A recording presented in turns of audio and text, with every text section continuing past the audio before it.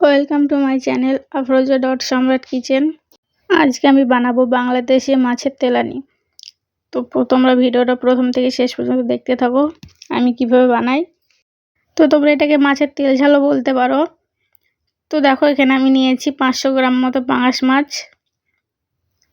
আর এই মাছটা দিয়ে কিন্তু এই তেলানির রান্নাটা সব থেকে বেশি ভালো হয়। তো দেখো আমি পিসগুলো এরকম সাইজে নিয়েছি।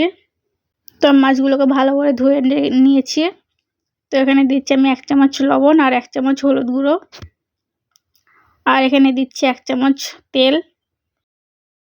তো অনেক সময় মাছ ভাজার সময় কিন্তু তেল ছিটকে গায়ে পড়ে, আর এই কাঁচা মাছে কিন্তু তেল দিলে সেই ছিটকে তেলটা গায়ে পড়বে না, আর পাঙাশ মাছ কিন্তু প্রচণ্ড ছিটকায়। তো দেখো আমি মাছটাকে ভালো করে মেখে নিয়েছি,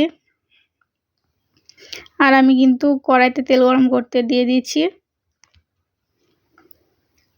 তো দেখো আমার কড়াইতে তেল গরম হয়ে গেছে, আর আজকে আমি একদম সামান্য অল্প তেলেই রান্না করব, যেহেতু পাঙাশ মাছ থেকে প্রচুর তেল ছাড়ে। তো দেখো এবার আমি মাছগুলো দিয়ে দিচ্ছি ভাজার জন্য।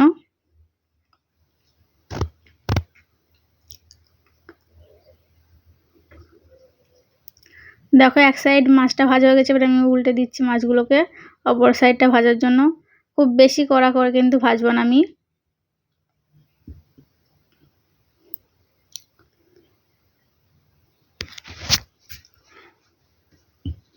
তো আমি সব মাছগুলো উল্টে দিয়েছি, আর অপর সাইডে ভেজে নেব।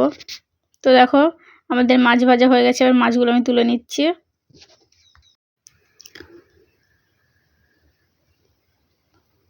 তো দেখো আমার সব মাছগুলো তোলা হয়ে গেছে, আর এই মাছের যে চর্বিটা ছিল সেটা আমি দিয়ে দিচ্ছি এবার তেলের মধ্যে।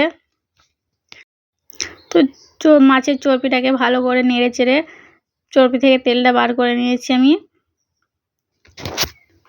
তো এটাকে এবার আমি তুলে নিচ্ছি। তো দেখো তেলটা কতটা বেড়ে গেছে।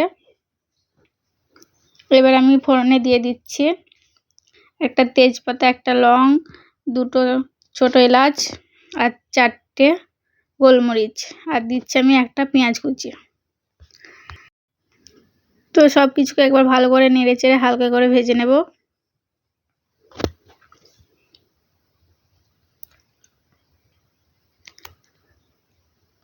তো দেখো আমাদের হালকাভাবে ভাজা হয়ে গেছে পেঁয়াজটা, এবার আমি দিয়ে দিচ্ছি একটা পেঁয়াজের পেস্ট। তো পেস্টটাকে ভালো করে মিশিয়ে নেব।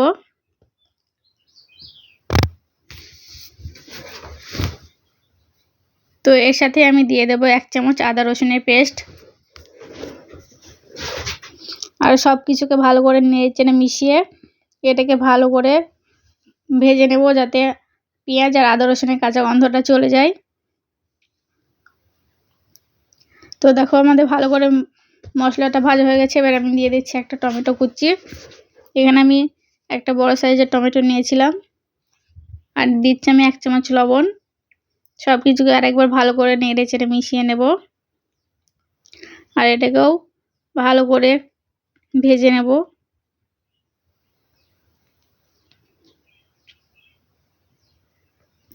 তো দেখো সব কিছু মশলা ভাজা হয়ে গেছে, এবার আমি দিয়ে দিচ্ছি গুঁড়ো মশলা। 1 চামচ হলুদ গুঁড়ো, 1 চামচ জিরে গুঁড়ো, আর দিচ্ছি 1 চামচ ধনে গুঁড়ো, আর আর দিচ্ছি আমি 1/2 চামচ লঙ্কা গুঁড়ো। তোমরা ঝালটা তোমাদের টেস্ট অনুযায়ী দেবে। তো দেখো আমি সব কিছুকে আরেকবার মিশিয়ে নিচ্ছি ভালো করে, আর এখানে দিচ্ছি 1 চামচ ফিশ মশলা। তো দেখো আমি সব কিছুকে ভালো করে মিশিয়ে নেব।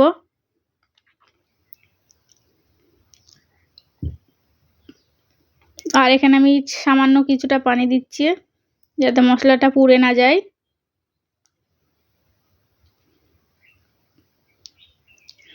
তো এটাকেও ভালো করে কিছুক্ষণ কষিয়ে নেব আমি। তো দেখো আমাদের মশলা একদম রেডি, মশলা থেকে তেল ছেড়ে দিয়েছে। এবার আমি এখানে দিয়ে দেবো পরিমাণ মতো পানি। তোমরা যতটা গ্রেভি করতে চাও ততটা পরিমাণে পানি দেবে।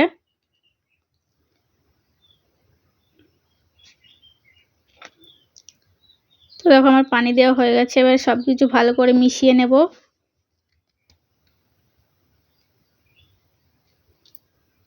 তো মেশানো হয়ে গেছে, এবার এটাকে আমি ভালো করে ফুটতে দেব।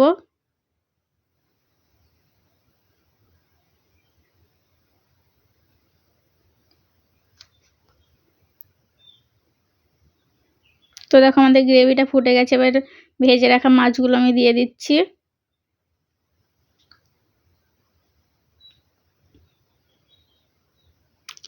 তো মাছগুলো আমার দেওয়া হয়ে গেছে। এবার আমি সব কিছু ভালো করে একবার মিশিয়ে নিয়ে এটাকে 5 থেকে 6 মিনিট মতো জাল দিয়ে নেব।